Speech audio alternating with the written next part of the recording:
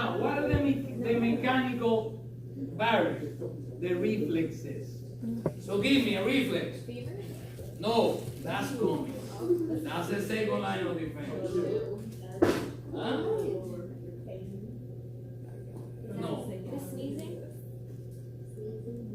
Sneezing. What else? Coughing. Blinking. All of that stuff. What else? What else? When you eat something that you're not supposed to eat. What is this? Puking. Vomiting. Alright. Yeah. The pooping. No, because the thing is that the diarrhea is a consequence of either the toxin or the bacteria. And it's removing it as quickly as I love possible. how he writes the first 3 letters. Because it is, It's gonna remove it. we're not gonna say that in English, because usually the diarrhea is a consequence of the disease. Yeah, exactly, of the bacteria or the virus. What is vomiting be that too? It's on the board. There you go. Sneezing. Thank you. I was on duck points for spelling. Vomiting and nausea. Wouldn't vomiting be part of like the same as moving? Is vomiting the same? Huh? Like the way you said about moving, you said we wouldn't be one of the because Even if you fart? Okay, this is the thing. No, that's a good one. Hold on. Tell your boyfriend that you're here, that you're almost done, okay? Nope, I'm not doing boyfriend videos. Okay, you're doing the girlfriend. Something new. That's fine, same thing. Okay. The farting is not a reflex. Why do we get the farting? Because you can't digest that. You can't digest them. The bacteria, this is the thing, inside your intestine there's no oxygen. And the bacteria living inside your intestine, instead of doing aerobic respiration, it's gonna do what? And what do we call that in the bacteria business? Fermentation. And the fermentation process has 2 byproducts, an acid and a gas. And that's why if you're lactose intolerant, you can fart, because the E. coli is gonna try to break down the lactose. Good thing about that. Oh Lord. No. Lord. I don't know. Sorry. Okay, so the reflexes are important. Just to give you an example. What? That thing. They're Move on. being weird. Anyway, I'm gonna sit here with Hayek. She looks very quiet today and very cute as always. So, what is the business with the coughing and sneezing? You remember that when we were talking before about the respiratory tract, that you have the shape of the nose, you have the hair, you have the mucus. But in there, you also gonna have the sneezing and the coughing. Because it's a very important reflex of the respiratory tract. It's a super important barrier of your respiratory tract. Now, what's gonna happen to a patient who is in a coma, in the ICU, connected to a ventilator, with a breathing tube all the way inside? Is he gonna be able to breathe? To cough or sneeze? No. So the patient is gonna die of a nasty case of pneumonia. Because if you don't cough or sneeze, stuff is gonna start to build up, the mucus and all that, and the bacteria is gonna have a party. I'm gonna sit here next to these 2 ladies to see if they stop talking. What we're talking about? What you're talking about? Okay, sure. We are. Anyway, that's fine. No, that's fine. I love you too. Come sit next to us though, it's fine. Yeah, that's fine. That way my recorder can hear you. Exactly. Okay. Now, any questions so far about any of these mumbo jumbo? Yeah, why nausea? What? Why nausea? Nausea is an important reflex too. No, you just feel like this here. That's what's gonna do that. No, no. Why do you get nauseous? Because you put something in your stomach that you were not supposed to put in there. That's gonna cause vomiting. That's it. Yeah, that's a reflex too. A super important, it's a super important reflex. Mire, I went to a restaurant one time. It was here on 41 and Daniels. That's where I met my second wife. And the last time we went there, we went for dinner, and we both got intoxicated. But she got it worse than I did. She spent the whole freaking night vomiting, and diarrhea. Nasty. Yeah, food poisoning. That's what you call intoxication. Intoxication is Drunk. no. Intoxication meaning you get. You see, that is the problem with the terminology. That a lot of people misuse the terminology.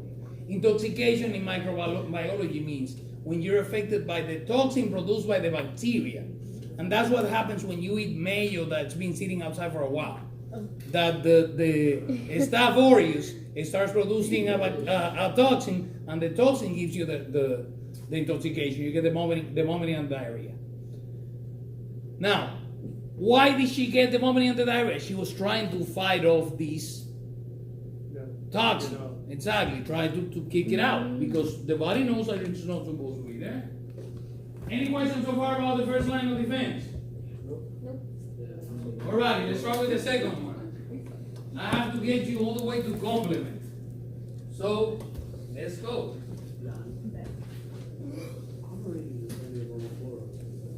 I didn't get anything on the floor. I thought it was carrying your body and then I put the douche on it, so. But he was talking. Well, I just have to That was listen part to of, it. that was part of the chemical. No. So, remember, caution. One thing is intoxication, the other thing is infection. Infection is when you have an overproduction of overgrowth of the bacteria in an area, and the bacteria itself starts producing issues. The other thing is the intoxication, when that particular bacteria produces a toxin, and the toxin makes you sick. You see, two different things. Are we on second now? Huh? Yeah, we're going to do a second.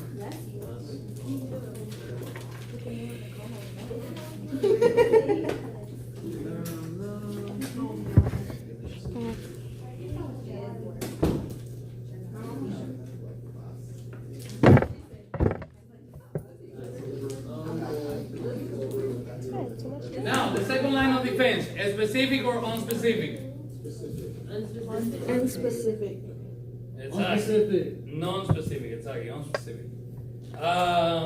Acquire or innate? Innate. Okay. I'll check it. All right. So, reaction. Here you're gonna have a bunch of reactions that your body does against the bugs. What is the number one reaction that we get whenever we get sick?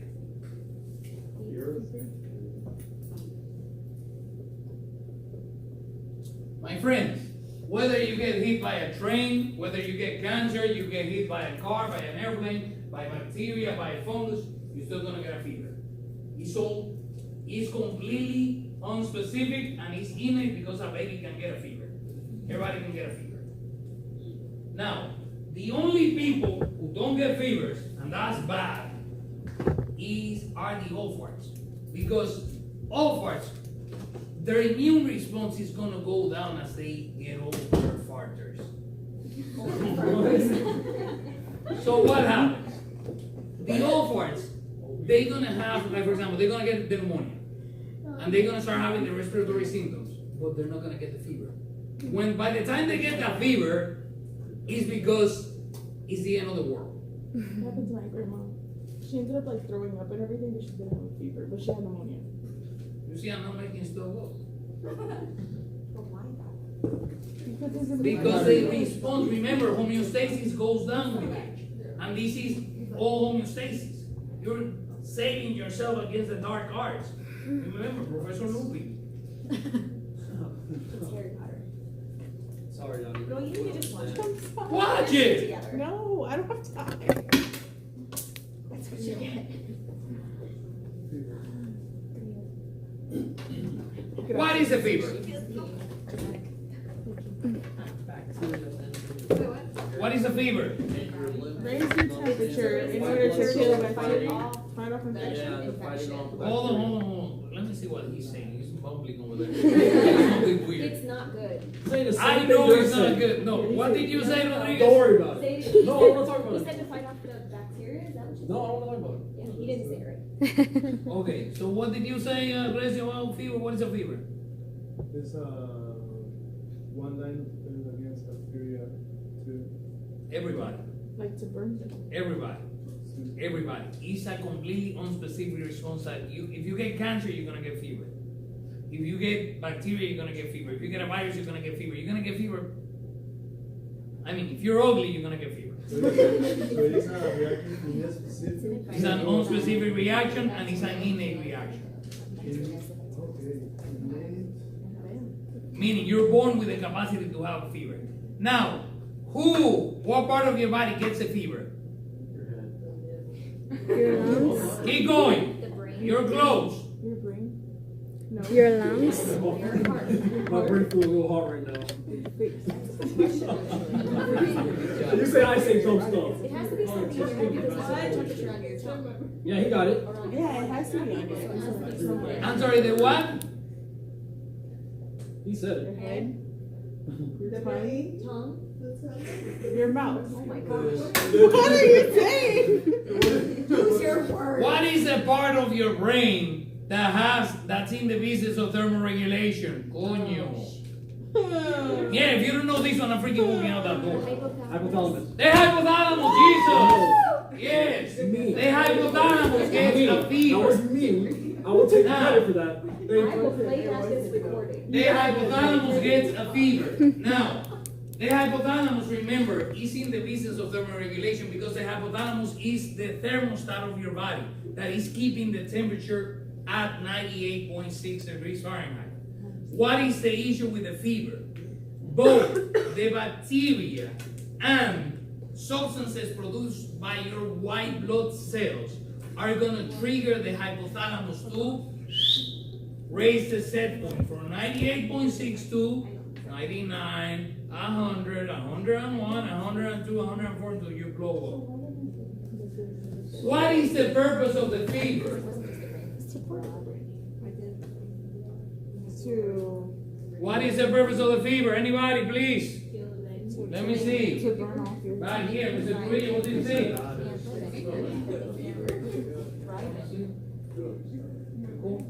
Good stuff. What you got for a purpose of the fever? The ability. He's reading the book. Googled it? No, she cheated. I know. That's fine. Singular is fine, buddy. The ability to do what? To defend itself against. Oh, jeez, come on. What is it that you do with the fever? Two things. Give me the two things you do with the fever. What? You can't. Raise the temperature, and then what do you do by raising the So temperature? there's not a good. I said what? What do you do with the baby bottles after you wash them? You have to boil them, Yeah. right? So you pretty much raise the body temperature because the body knows that bacteria doesn't like it. What did I just say? I didn't hear you because you're mumbling I there. said it like 5 You said it. I times. said it. She Everybody- said it. Well, that's not the most important one. Hold on, don't worry. Sweating. No, You hold stop on. it with this one. Now, you raise the temperature, but it doesn't work. Because when you take microbiology, you're gonna see that they have a chart for the temperature business of where you kill who. Yeah. And you have to raise the temperature a lot in order to kill anything. You know? So the raising the temperature to kill bugs doesn't really work. So what is the main purpose of the fever? You're on the alert already. Stimulate lymphocyte production. Was it to give the body time to, You are. Or not. What's gonna happen to your heart rate when you get Goes fever? up. Huh? Goes up. So what happened to your metabolic rate? Faster? It's faster. Oh. It raises your metabolic rate. So what happens? If the infection is happening all the way over there where Summers is, and I have a bunch of white blood cells here, and I raise You have to the get it metabolic faster rate, here. they're gonna get a lot faster over there. That's pretty much the idea behind the business. Why did they bring it? And if your immune system is in check, you're able to fight off the bacteria by yourself or the virus and everything, and you know that, like for example with the viruses, we don't really need medication for the viruses. All you have to do for the viruses is keep the patient what? Water. Hydrated, because that is a problem with the fever. Since you're raising the temperature, You're sweating. you're sweating a lot, and your patient's gonna get dehydrated. So that's problem number one. Well, that's problem everything. So that is the problem with the fever. And like I said before, the raising the temperature, in some cases it works, and that's why if you have a low-grade fever with your kid, let it be. But if not, you have to treat it because you have to control the fever. Now, what is the business with the dehydration and the fever? The brain. You have this much water, this much sodium, right? And then you can start getting dehydrated because of the fever. What? And now you have hypernatremia. Natrium for sodium. And what is your brain gonna do? What is gonna be the tendency of the water inside of the neurons? When you have an excess of salt outside, it's gonna leave the cell. The cells are gonna get dehydrated and the cells are gonna go out of whack. And your kid is gonna get what? Convulsions. Exactly, seizures. And you're gonna have altered mental state. It's gonna be horrible. And the whole thing is caused by dehydration. That's why the most important recommendation when you have somebody with a fever is to keep them hydrated.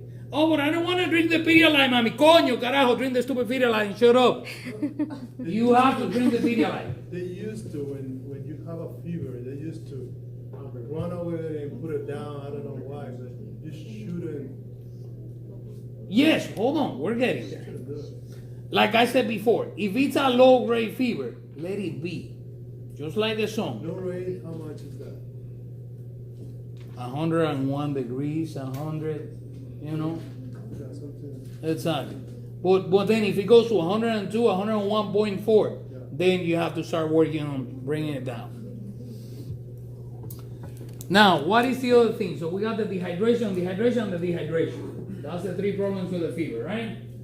Now, you raise the metabolic rate, everybody's going berserk, you start getting dehydrated, you have to keep your patients hydrated. Now, let's treat the fever, because a lot of people don't understand still how it is, man. So I had a patient the other day that he had a fever, but he was NPO. So how would that would have gone? What can they do? We're getting there. I'm glad you brought that up. Did they have an IV line? Yeah. Yeah, And in they that giving case, them what IV fluids? Yeah. There goes the dehydration. That's You see? There's always a way. When there's a will, there's a way. Now, let's treat the fever. Number one, hydration. Number two, let's lower the temperature. What do we use to lower the temperature? Two things. Medication and I'm glad you brought that up. Yes, physical ice, he said. Hold on. Let's do the medication first. So we're gonna call the fever, we're gonna call it pyrexia. Pyro means fire. And the medication that you use is an antipyretic. And what are the two antipyretics that are on the market right now that everybody takes? Acetaminophen Yeah, I see that. and ibuprofen. Listen. Now, what is the business with acetaminophen, with Tylenol and Motrin or Advil, whatever you want to call it? What are we trying to accomplish here? We have to send the antipyretic where? Where is the fever going on? The hypothalamus. Okay, so we have to pass Brain barrier. the blood-brain barrier.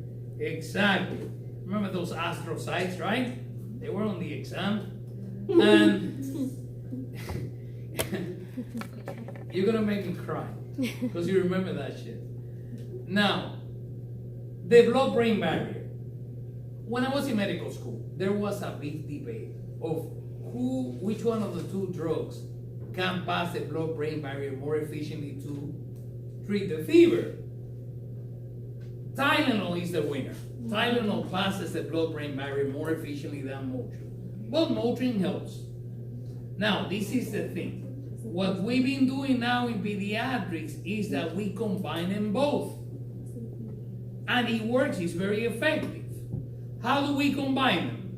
Anybody knows, Mommy, do you know, Summers? So every 4 hours, I do Tylenol. Every 4 hours later, Motrin, Tylenol, Motrin, Tylenol, Motrin, Tylenol, Motrin, Tylenol, Motrin. They die. You alternate every 4 hours. So that way, you're never gonna give your kid an overdose of Tylenol. You're never gonna give the kid an overdose of Motrin.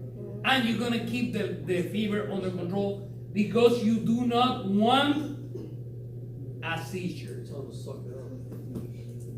That's what your father thinks. Pobrecito de los That niños. explains a lot. I don't get sick. That explains a lot. Pobrecito de los niños. I get sick like once a year. Right. Now, and you have to explain this very well to the mother. Listen, lady, you give them the Tylenol and then 4 hours later you give them the Motrin.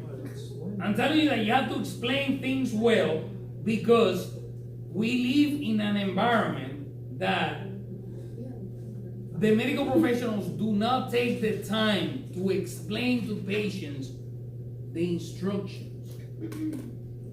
And people are dumb as fuck. So they get home and they kill themselves, overdose the kid, and then but the nurse didn't tell me, or this and this and that. So you have to make sure that your patient understands. You get sick.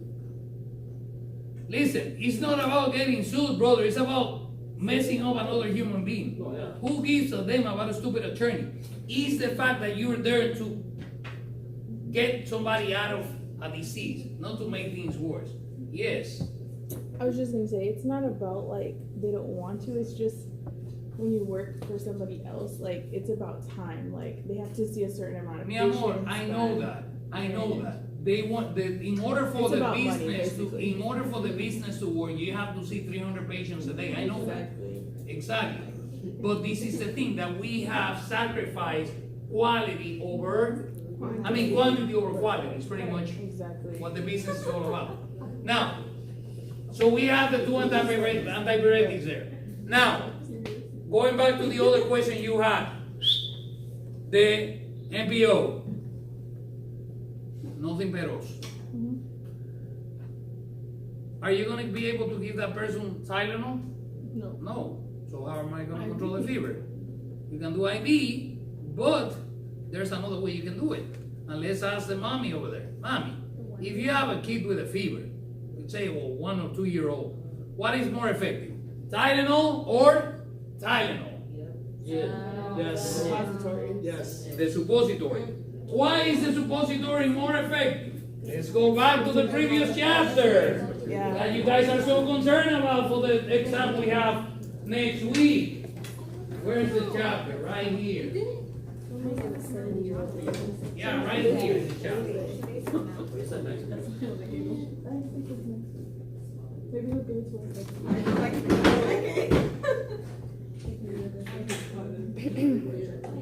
Okay. Number one. When you take a medication through the mouth, hold on.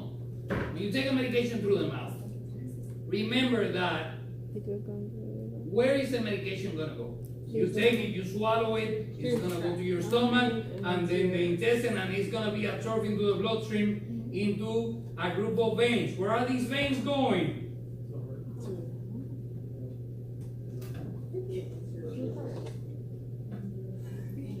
Your veins.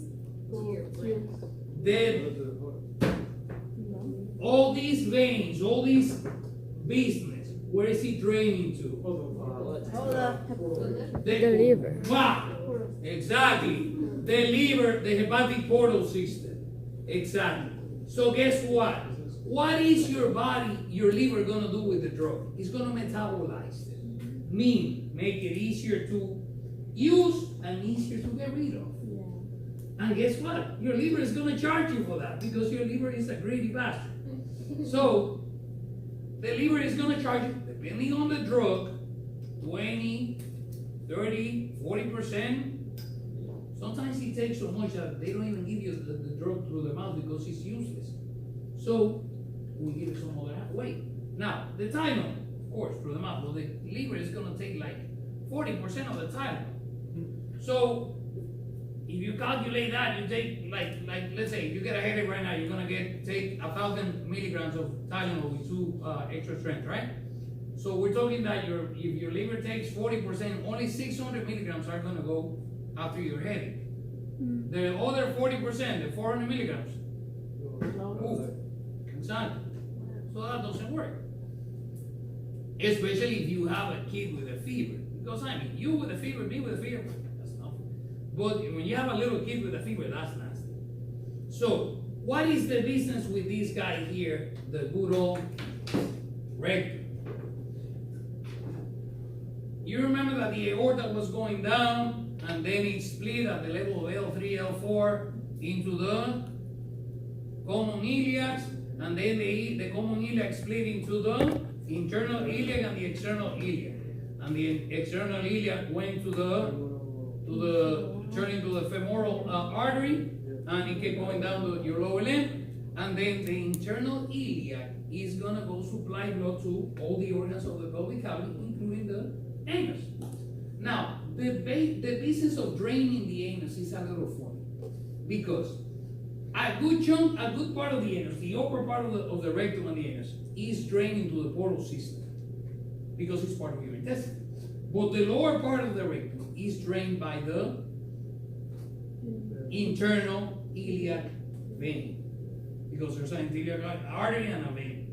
And that's gonna go into the common iliac vein that is gonna drain into the inferior vena cava, and it's gonna go straight to your heart without passing through the liver. In pharmacology, we call it going through the liver business, we call it the first pass effect. So if you do the suppository here, it's gonna go directly into the systemic circulation without going through the portal system. So you get more bang for your money. So you're telling me that if I have a headache, you have to put something in my head? Huh? Yeah. The one? If you get a headache, one? If I have a headache or fever, the best way to get rid of that is just put some Tylenol in my anus. It has to be a suppository, because it's not just a regular Tylenol, it has to be a Tylenol suppository. Now, remember, this is the thing. That's crazy. Hold on. Did you ever use a suppository on your kid for the fever? Huh? Listen, I'm sorry, what? When he was very little, yes. Right, and it worked very quick. Now, you're gonna see that if you give the kid 500 milligrams orally, usually the suppository is gonna be like 370 milligrams. Why? Because remember that out of those 500, you have to pay some to the liver. But the 370, you're gonna get like 90% of the 370 into the systemic circulation. A little bit, of course, is gonna go into the upper draining of the rectal canal, and it might go into the portal system, but most of it is gonna be drained through the internal iliac vein. And it works super effective. I'm sorry? I'm sorry? Right, no, you give them 307. You see that orally you give them 500. Because the thing is that you got more, you're gonna get almost a 370 through the body. But if you give them orally, you're gonna get like what, 300? You said 1,000. No, but on kids it's like 500 that you give. So you're gonna give them 500, and you probably through the mouth the kid's gonna end up with like what, like 300, 250. But if you do orally 370, you're gonna get your full 370. So it's more effective. Now, not only do we use Tylenol on suppositories. My ex-wife, the nurse, she worked at a hospice unit, and they use some of the medication they gave the patients on the hospice unit in form of suppositories, and they work super fast, very effective. You had a question? Yeah, I've heard like nurses say before that like rectal temperatures are more accurate. So when like that. Because the rectum is inside, Oh, okay. So compared to these or these. Now, the most accurate temperature they say is the ear, and now the one that they go. Don't leave me. Ah. Now, or the temporal artery. Those two are the most exact temperatures. The ear temperature, the tympanic temperature is the best one. Any questions so far about the fever? So before we go into the second way to get rid of the fever. So what is the second way to get rid of the fever? A warm bath. The bath. The ice. Okay, so we're gonna do the bath. How are we gonna do the bath? Cold or warm? Warm. Warming. You see, she took my class. Vasodilation. They warming. Why don't we use the cold anymore? Because that's what they did back in the day. You see, this been going like this through the ages. Oh, let's do the cold water. No, let's get a bunch of blankets and cover the patient. And let him sweat the fever out. No, we're gonna use... last semester. Huh? I said that last semester. I have a student, I was doing this topic last night at Kaiser. And my student tells me that she actually did that one time and she ended up in a hospital. Damn. That she covered herself in blankets. Now, luckily for her, she's married, and the husband called her because he knew she was sick. And she didn't answer the phone because she lost consciousness. Because she got so dehydrated that she lost consciousness. And then when he got there, that he woke her up, she was incoherent, babbling. And then he takes her to the ER, and the nurse is asking her questions, and she's in freaking lava. And all because of the dehydration. Then she tells me that they had to open 2 IV lines, one on each arm, to get her height. That's how dehydrated she was. And all because of the fever and the fact that she covered herself with a blanket. Because back in the day, the belief was that if you cook yourself under a blanket, you're going to sweat the fever out. But it doesn't work that way. You don't sweat anything. You only sweat the water and you die. Now, are you okay? You cool? You don't have a fever, right? Yeah. Okay, no having fevers in my class. Talking about people who pass out in my class. I know, I don't know what it is. Well, the thing is that one patient that I had, like, he had a fever. He was like cold, so he was coming. Yeah. Why? They're What? cold. That's a beautiful thing. Like- Why are they cold? If you raise the temperature of the hypothalamus, your body's gonna say, "Oh wait, You're warm. now we have to compensate for the higher set temperature in the body." So the patient starts shaking and they feel cold and they want to get the blanket to try to raise the body temperature to the temperature that the hypothalamus now has set on the That's thing. the only reason why I want it. But that's the thing, you have to avoid the blankets, you have to avoid the cold water. Now, back in the day, the belief was that if you have a kid with a fever, yourself had a fever, you had to put the kid in cold water. And it worked. Sure. What? Damn, I did that myself to myself. Last time I had a nasty fever, it was like before I went to medical school, I remember I had a nasty allergy, and then I had a nasty fever. And I had to play a gig that night. So I'm like, fuck it, I'm gonna go play my gig. So I got out of bed, got under the cold shower. It was November in Fort Lauderdale. It was freaking freezing. Ooh! It worked. And it was cold that night. I went to the gig wearing shorts. It's freaking freezing because of the allergies. I was going nuts. And you know what it was? My ex-wife was pregnant. It seems that I got an allergic reaction to the change of her hormones. Crazy. For real. That can happen? Super crazy. I never in my life had that kind of allergies before. But then she got pregnant and I went berserk. I had hives all over my body. Super crazy. Now, I know I'm freaking weird. You don't know half of it. Did they tell you that at that hospital, or did you? I didn't go to no hospital, So you man. made that up? No, because that was the only thing that was different in my house. That was the only, because what are you looking for when you get an allergy? You're looking for the allergen. But that's weird. I know. Now, why don't we do the cold water anymore? What is the deal with the cold water? Isn't it because like it stays in like Vasoconstriction. Why? Vasoconstriction. Exactly. Remember that when you're exposed to cold weather, what is your skin gonna do? It's gonna constrict, and it's gonna shut down the flow of blood to the skin. So now you're gonna leave the hot Inside. fever inside of your body. So now it's gonna get worse. But at first you feel the patient, oh, she's doing better. Bullshit. That fever is gonna come back in an hour with a vengeance. Wah! With a mosh party and everything. Oh no, you guys don't do mosh, you do big, what is it, rave parties. It was back in my day when we played the heavy metal thing. Anthrax and Metallica and all that stuff. I love Metallica. Oh, I thought it was just me again. Now, so we do the warmy water, like she said. Warm is what we call the lukewarm. And you have to leave the kid in the water for 10 minutes. What's going to happen with the water? The heat from the skin is going to radiate into the water. It's what we call convection. Plus the Tylenol. You have to combine them both. You got to do the antipyretic and you have to do the warm. The wormy bath. Not just one. You have to do them both. How are we doing with time? We have time. We don't. Yes, we do. We're going to be done at 3.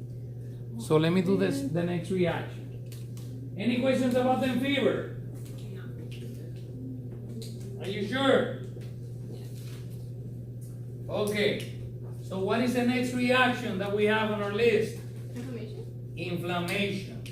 Super important reaction. You know what? I think that next semester I'm going to start talking about inflammation first because inflammation is what you get first. Well, that's fine. Yeah, screw ups.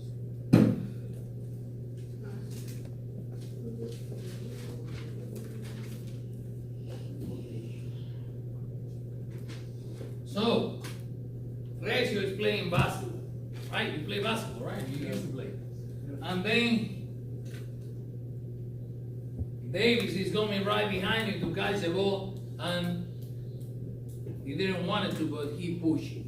And you hit the ground, and your knee, bah, hit the ground. What's going to happen to the knee? It's going to get inflammation. So what's going to be in there? What other things are you going to see in the inflammation? You're going to see pain. And how's the skin going to turn? Red. Redness. Very, very. So, red. And then it's going to be swelling. And what else? What's the name of it? When you're just feeling. Huh? No. So, I'm missing one. What is it? Pain, redness, swelling. It's gonna be hot. It's gonna be hot. And one last one is gonna be the loss of function. Because are you gonna be able to function? Are you gonna be able to move your knee happy? No, exactly. So Numbness? no numbness.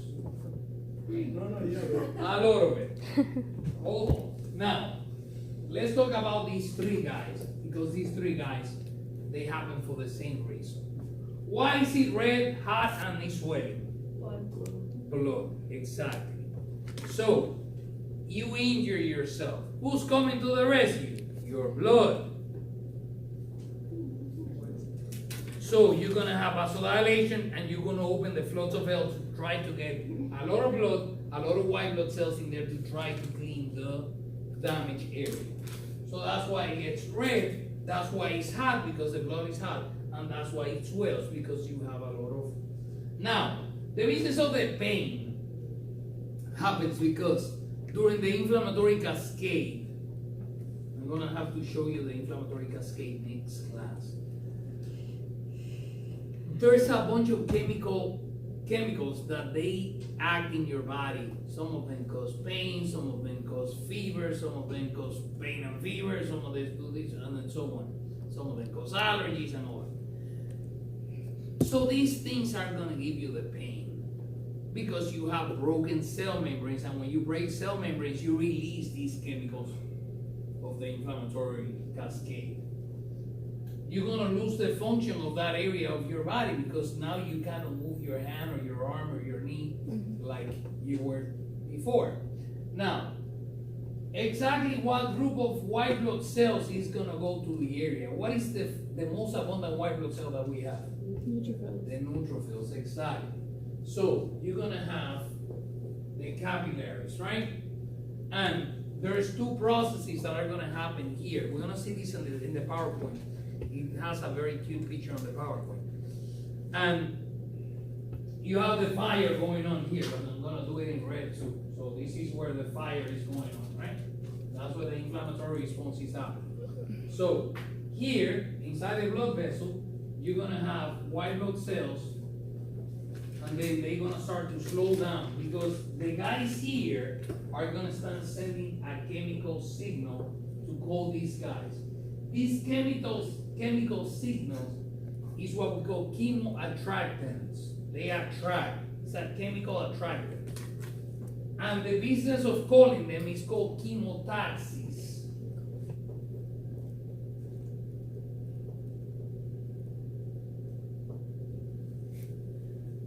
With the chemotaxis, with the chemoattractants, you're gonna activate the white blood cells, and you're gonna cause here vasodilation, both things.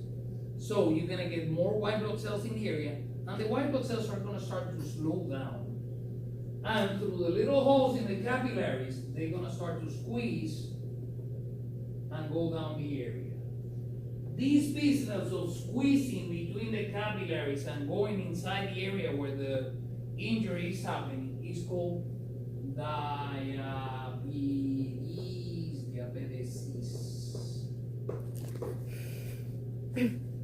Isn't that the cutest thing ever? Now, what would, yes sir? Chemotaxis is when. They call you, venga, over here. And the diabetes is when the white blood cells slow down and go inside the hole and go to the area of injury. Yes, Mr. DeBoy? That's a question. Yes, sir. Hold on, sir. You cool? Okay. Now, what's going to happen? Remember this scenario. You have a couple years ago. This is actually super funny. I bought, I always ride my bicycle.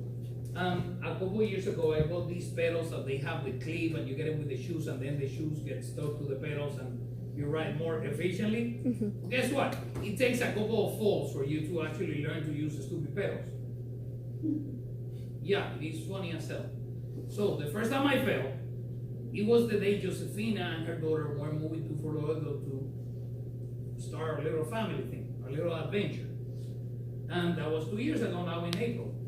And I remember that I got my apartment all pretty and clean up everything. I waited for the woman. And I got on Oakland Park Boulevard. I started riding the bicycle to go to Walgreens to get a picture and a picture frame, put it on the living room, picture of the two of us. Mm-hmm. All happy. See, the happy couple. I know. Eva, exactly. She knows. She knows. Now, I'm on my way to the pharmacy, and when I get to the traffic light, I have to stop. I stop, and I forgot to unclip the thing. Hey! Funniest thing in the world. I know. Now, when I fell, I hit my arm, and I also got a little something stuck in the palm of my hand. And I tried to get it out, and it didn't come out. So, it doesn't really bother me, but then it starts to bother me. And then in the third week of that month of April, I got the job offer here at Kaiser, and then, we have to move to Fort Myers, so we have to find a place in Fort Myers. So we came a weekend, the two of us, and we started looking for apartments, and then we ended up in the domes that we're living. Hopefully till the end of this month only. Lord Jesus, I put it in your hands, Jesus. What? They're building it as we speak. I went by this weekend and it looks beautiful. They really want to sell that house. So anyway, we come to Fort Myers, and now my little bone is swollen and it's painful. I lost the function of my hand already. It's really painful. So, since I got a piece of something there with bacteria, what built up in there? Pus, exactly. What is the pus? A bunch of dead white blood cells with a bunch of dead bacteria. So, we're at the hotel, we stay at the La Quinta Inn here on 41, and right across the street, very, very close by, is the urgent care center. I didn't even have insurance then, so I had to pay with a credit card. So here, and they liquid nitrogen and open a couple of things with the scalpel, and they just squeeze them. Ew. The hell came out. But everything was solved. They gave me an antibiotic and everything was fine and dandy. The whole thing fixed itself. Beautiful. There's a very interesting lesion, very interesting lesion that I saw. Who's calling you now? Your boyfriend?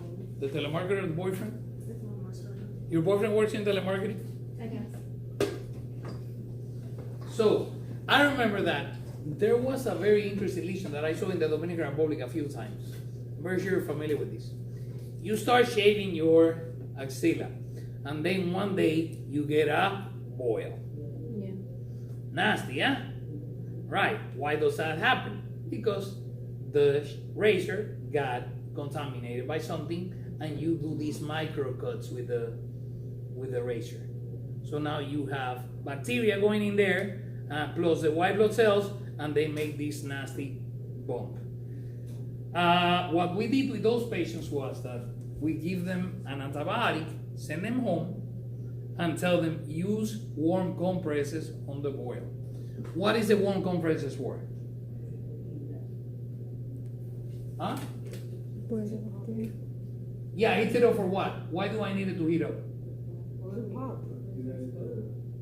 I'm sorry? When you come to a head, trying to create inflammation. What did I give the patient? I gave them an antibiotic. Okay, so I gave them the antibiotic. I increase heat here. What's gonna happen here? Who's gonna go to the area? The antibiotic. Remember, the antibiotic is in the bloodstream already. So, and that's why whenever they give you an anti-inflammatory, they give you use heat. What is the heat for? To increase the Advil to go to your knee and yeah, exactly, to increase it. Now, I give the patient the antibiotic, I tell them to do the heat, and then I tell the patient, okay, come back in a week, and then when they come back, the boil is soft. So I go with a little scalpel, cut and nasty as hell.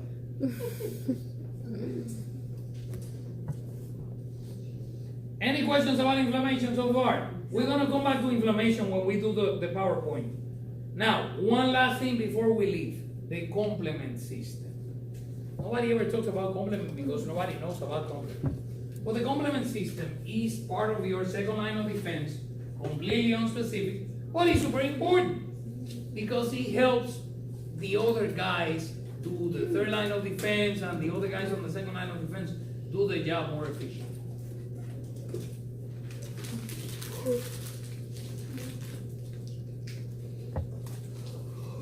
Now, the complement system works by creating these proteins.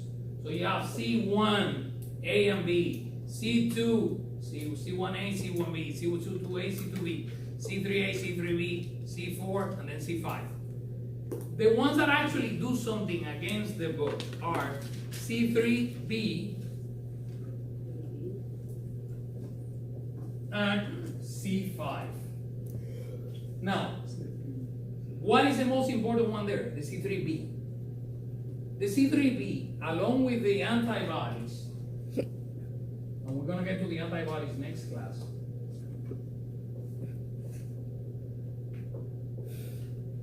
They are in the business of something we call in immunology opsonization. What? I'm getting there.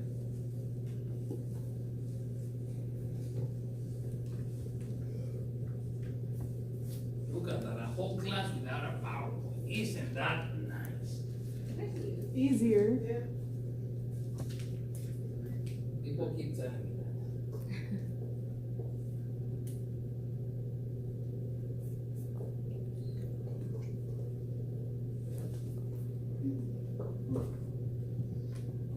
opsonization. You have a book, let's say an E. coli, which is a little round like that. And what you're gonna do with the opsonization is that you're gonna cover that book. Let's use the blue. I like the blue. Is a cute color. Looks good. So I'm gonna cover the book with C3b and antibodies all around. And what is that for? It's gonna make the bacteria a little bit more detectable, easier to find, easier to eat to the macrophages, the phagocytes, and the third line of your immune system, the lymphocytes. So it's gonna make the process of destroying these guys a lot quicker and easier. Really cool stuff. Now the C5 is what we call the membrane attack complex. And the membrane attack complex is pretty much something that is gonna go cover the bacteria and open holes in the membrane of the bacteria, on the cell wall. And that's to break the osmotic balance of the bacteria.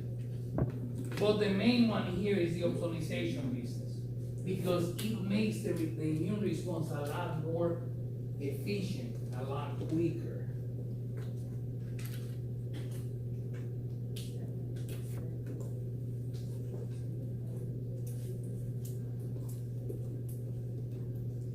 No, that's another story. The gram negative is nastier because it has a bunch of weird stuff on the cell wall. Remember, there's a cell wall. And the fact that it's a cell wall, it makes your immune system go because we don't have a My cell wall. phone is hot. Any questions about any of this stuff as you just made up? It's all made up. I know. Any questions? I'll tell you something about the major scale, and the Dorian scale, the Phrygian, the Lydian, the Mixolydian, the Aeolian, and the Locrian. Those are the most of the major scale.